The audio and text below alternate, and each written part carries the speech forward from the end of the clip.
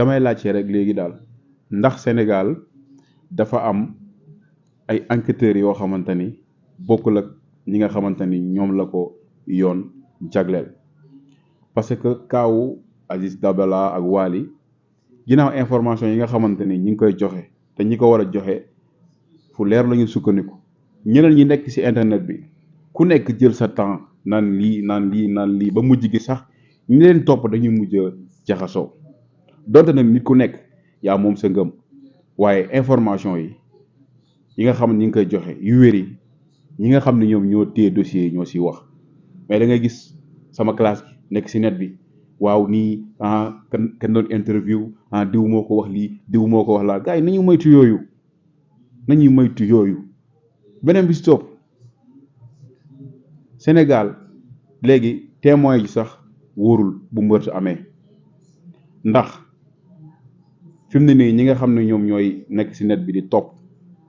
ñi nga xam ne ñu ngi leen di interview nu ñu waxee rek ñoom dañ koy gisee leneen moo tax bu diw benn mbir ametee ñenn ñi nga xam ne ñoom ñoo fekkee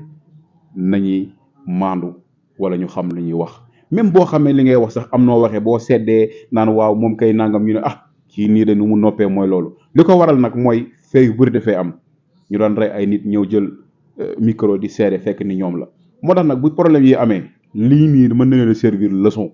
pour ñenn ñi naan dañuy def plainte naan dañ leen a tuumaal ñoo rey Aziz wala Wali ngeen jël ci leçon ni bu ëllëgee bu mbir amee ngeen maandu même journalistes yi bu ñëwee bëgg leen a dugal ngeen bañ parce que ñoom dañ lay poser question yoo xam ne ay question dof la yow loo xalaat ci rey geeg